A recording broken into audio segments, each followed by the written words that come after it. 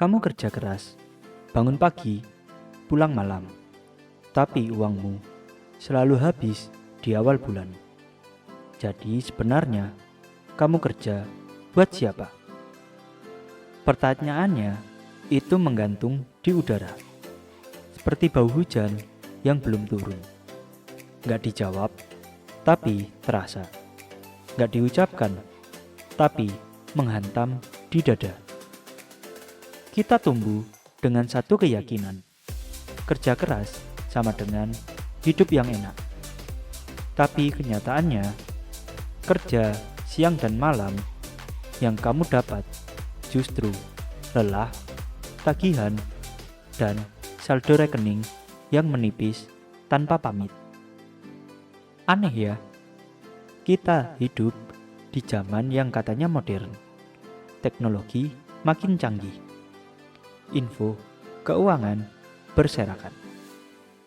Tapi kok makin kesini, makin banyak orang yang kerja keras tapi tetap miskin. Kenapa bisa begitu? Coba deh, kamu tarik nafas, terus pikirin ini. Setiap bulan kamu gajian, mungkin tanggal 25, mungkin juga tanggal 1. Notifikasi dari payroll masuk.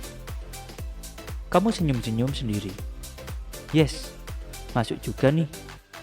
Tapi 3 hari kemudian ATM sudah sayu, saldo sudah sekarat. Apa kamu benar-benar boros? Atau sebenarnya kamu hanya terperangkap di sistem? Sistem yang ngajarin kamu bahwa kalau punya uang ya harus langsung dipakai. Beli barang yang katanya kamu butuh. Bayar cicilan yang dulu kamu anggap nggak seberapa. Treat diri sendiri sebagai bentuk self-love. Padahal kamu justru sedang menggali lubang yang makin dalam. Ini bukan tentang boros.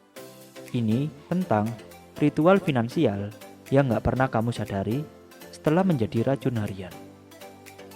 Kita tumbuh dalam lingkungan yang mendewakan kerja keras.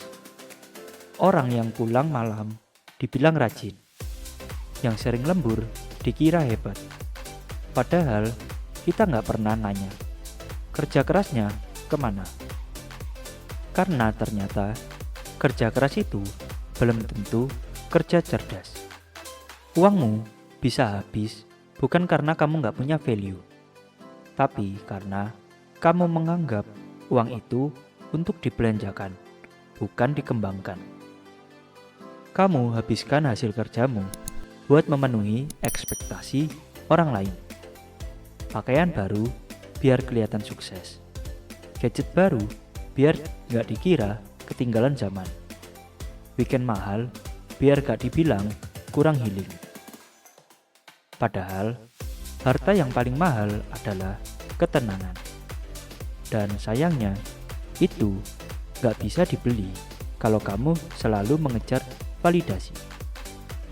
Kita pikir kita belanja karena butuh, tapi seringkali kita belanja karena emosi. Masih ingat waktu kecil, kamu pengen sepatu keren, tapi gak dibeliin. Sekarang, kamu punya 5 pasang, padahal yang dipakai cuma 2. Sisanya koleksi dendam. Waktu SD, kamu cuma bisa jajan 500. Sekarang, kamu beli makanan mahal setiap weekend. Tapi bukan buat rasa, tapi buat rasa puas karena dulu nggak bisa beli. Kita kerja keras bukan buat masa depan, tapi buat balas dendam di masa lalu. Tapi masalahnya, luka itu gak bisa sembuh kalau kamu terus menambal pakai barang.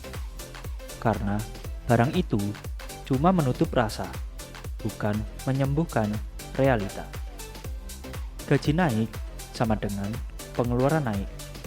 Itu rumus yang gak pernah diajarin, tapi semua orang pernah mengalami.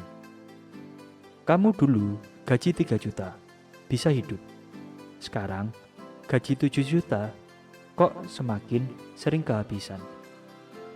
Karena kamu bukan upgrade hidup, tapi upgrade gaya hidup. Ganti motor, padahal yang lama masih sehat. Langganan streaming yang gak pernah ditonton. Ngopi setiap pagi, karena katanya itu gaya hidup produktif.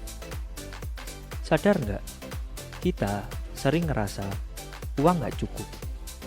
Padahal masalahnya bukan uangnya, tapi ego kita yang makin rakus. Dan di situ kamu terjebak di dalam roda hamster yang terus muter tanpa ujungnya. Uang itu netral. Uang itu cuma alat. Tapi begitu kamu kasih dia kuasa, dia bisa mengatur mood, relasi, bahkan masa depan kamu. Kamu ngerasa tenang kalau punya uang. Kamu ngerasa stres kalau saldo menipis. Berarti selama ini kamu yang dikontrol oleh uang, bukan sebaliknya. Ini bukan soal nominal, tapi soal mindset. Orang dengan gaji 5 juta tapi ngerti cara mengelola, bisa lebih kaya daripada yang gaji 20 juta tapi boros. Karena kekayaan sejati bukan di jumlah, tapi dikontrol atas arus. Sekarang aku kasih solusi, langkah biar kamu tidak terjerumus. 1. Bikin budget beneran, bukan sekedar niat. Catat semua pengeluaran, bahkan yang receh. Kasih batas buat kebutuhan dan kesenangan. Yang kedua, terapkan pay yourself first. Sisihkan minimal 20% dari awal gajian buat tabungan atau investasi. Baru sisanya untuk hidup. Yang ketiga, punya 3 rekening minimal. Rekening harian, rekening tabungan atau investasi, rekening darurat yang nggak boleh disentuh. Yang keempat, evaluasi secara bulanan. Duduk setiap akhir bulan dan review. Mana pengeluaran yang nggak penting dan mana yang bisa dihilangkan. Yang kelima, stop beli karena ingin diakui. Kalau alasan beli barang cuma buat pamer, artinya kamu belum berdamai dengan diri sendiri. Dan yang terakhir, mulai bangunlah income kedua. Freelance, jualan digital, Shopee affiliate, atau apapun. Satu penghasilan sama dengan satu resiko. Kamu boleh capek, tapi jangan sampai kelelahanmu cuma menghasilkan stres baru. Kamu boleh kerja keras, tapi jangan biarkan uangmu menguap sebelum kamu sempat menikmatinya. Bukan seberapa besar yang kamu hasilkan, tapi seberapa banyak yang bisa kamu simpan dan tumbuhkan. Kerja keras itu baik, tapi kerja keras tanpa arah, tanpa perencanaan, itu cuma maraton di treadmill. Capek muter, tapi nggak kemana-mana. Kalau kamu ngerasa video ini nampol, jangan lupa like, komen cerita kamu, dan subscribe channel ini. Karena di sini kita belajar bareng, bukan cuma cara dapetin uang, tapi cara mempertahankan dan menumbuhkannya.